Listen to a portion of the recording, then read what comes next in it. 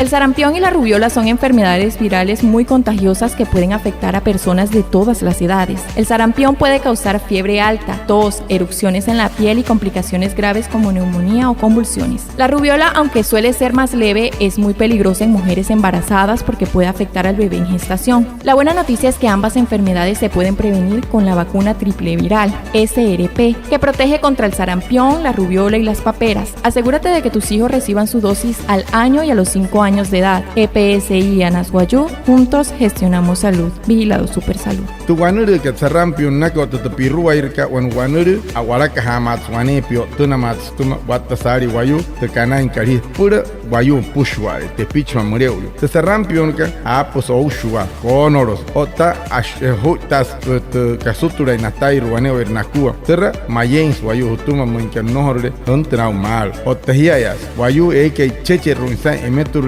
tuman eshet puna kutra otamsito pirua irka hiares pushtra aismai wane ruku happening oti kapure esquemas na mãe hiyeyu eke puon eshet por octo na yastum otamsi ya es por sanani otam tucho uke na mayen heches tuma selero tenika wane caso teja caro horo por turwanure querer pushwa es por huntra mal que tomakuna triple viral manaka SRP hunuri estur caro que hirlen haima hirap suri sarampion ko otamsi pirua irka otamsi te kanuri kat papera monoy man kanari hukua pa anastun huchoni que no wane hukua te raitanas ne te parahat kahuya o te taharai kahuya nanai no yus no huchoni te hanai te PSI kana samoin akuha sop nanai hanai hia huru womman wane hukua anahna chiwaitum te ayatas kat purana